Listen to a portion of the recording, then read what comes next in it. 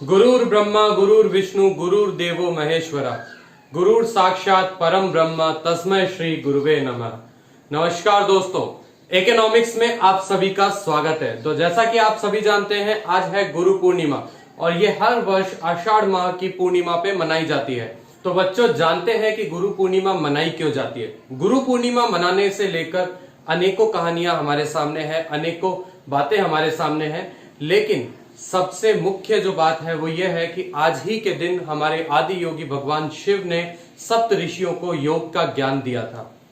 इसके अलावा हमारे जो महर्षि वेद व्यास जी हैं, उनका भी जन्म आज ही के दिन हुआ था और इसीलिए इसको व्यास पूर्णिमा भी बोला जाता है। इसके अलावा अगर हम बात करें तो भगवान बुद्ध ने भी आज ही के दिन अपना पहला ज्ञान दिया था। तो गुरु पूर्णिमा से रिलेटेड अनेक बातें हैं हमारे सामने, लेकिन आज हम लोग उन बातों पे चर्चा नहीं करने वाले। आज हम लोग चलते हैं, आज हम लोग ये देखते हैं कि हमारे भारतीय संस्कृति में, हमारे शास्त्रों में, हमारे वेद पुराण उपनिषदों में गुरु की महिमा के बारे में क्या कहा गया है, गुरु की अनेकों संज्ञाएं क्या दी गई है, गुरु की परिभाषाएं क्या दी गई है, उनके बारे में जानते हैं। तो बच्चों, वैसे तो गुरु के बारे में हमारी भारतीय संस्कृति में, हमारे शास्त्रों में अनेकों बातें कही गई है, अनेकों श्लोक हैं, लेकिन हमने यहाँ पे कुछ गिने चुने श्लोक्स को शामिल किया है और उन्हें हम लोग देखते हैं कि गुरु के बारे में क्या क्या कहा गया है। तो सबसे पहले गुरुर् ब्रह्मा गुरुर्विष्णु गुरुर्देवो महेश्वरा गुरुर साक्षात परम ब्रह्म तस्मै श्री गुरुवे नमः। इसका मतलब है गुरु ब्रह्मा है, गुरु विष्णु है, गुरु ही शंकर है, गुरु ही साक्षात परम ब्रह्म है, इसीलिए गुरु को प्रणाम। यानी गुरु की संज्ञा आप देखिए, ब्रह्मा विष्णु महेश से गुरु की उपमा की गई है। तो एक जो सच्चा गुरु होता है वो ब्रह्मा विष्णु और महेश तीनों का सार है और इसीलिए हम उसे प्रणाम करते हैं। धर्मज्ञो धर्मकर्ता च सदा धर्मपरायणः तत्वेभ्यः सर्वशास्त्रादेशको गुरुरुच्यते। अर्थात धर्म को जानने वाले, धर्म के मुताबिक आचरण करने वाले, धर्मपरायण और सब शास्त्रों में तत्वों का आदेश देने वाले ही गुरु कहे जाते हैं।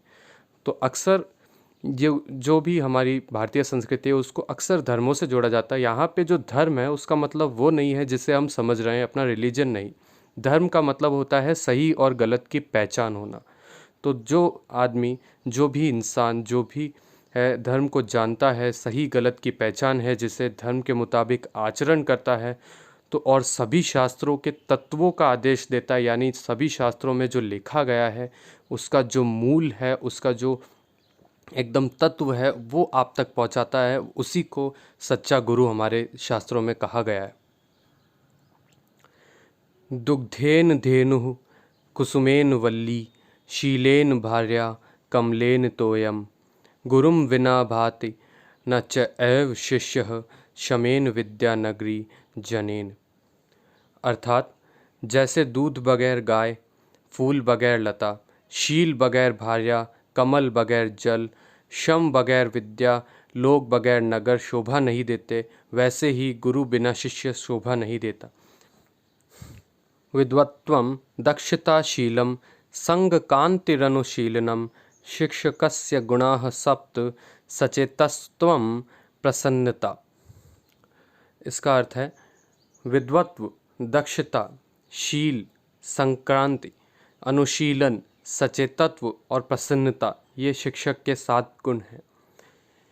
किमत्र बहुनोक्तेन शास्त्रकोटिशतेन च दुर्लभा चित्त विश्रांति विना गुरु कृपाम परम। अर्थात बात कहने से क्या, करोड़ों शास्त्रों से भी क्या, चित्त की परम शांति गुरु के बिना मिलना दुर्लभ है। यानी आप कितने भी शास्त्र पढ़ लीजिए और कितने भी जो बात बहुत मतलब सुन लीजिए, बहुत कह लीजिए, लेकिन जो हमारे मन की शांति है वो गुरु के द्वारा ही हमें प्राप्त हो सकती है। प्रेरकः सूचक्षुवैव वाचको दर्शकस्तथा शिक्षको बोधकश्चैव षडेते गुरवः स्मृतः। अर्थात प्रेरणा देने वाले, सच बताने वाले, सूचन देने वाले, रास्ता दिखाने वाले, शिक्षा देने वाले और बोध कराने वाले, ये सब गुरु के समान हैं। बहुत ही अच्छी बात कही गई है बच्चों कि जो हमें सही रास्ता दिखाए ज़िंदगी में, हमें सही शिक्षा दे, हमें ज्ञान अज्ञान का बोध करवाए, उसी को सच्चा गुरु कहा गया है और उसी को सच्चा गुरु माना भी जाएगा। और ये बात आज भी हमारी पूरी तरह से सत्य है। गुकारस्त्वंधकारस्तु रुकार स्तेज उच्यते अंधकार निरोधत्वात् गुरुरित्यभिधीयते। यानी गुकार यानी अंधकार और रुकार यानी तेज। जो अंधकार का निरोध करता है उसी को गुरु कहा जाता है। यानी जो हमें ज्ञान का प्रकाश देकर अंधकार मिटाए, उसी को सच्चा गुरु हमारे भारतीय संस्कृति के अंदर कहा गया है।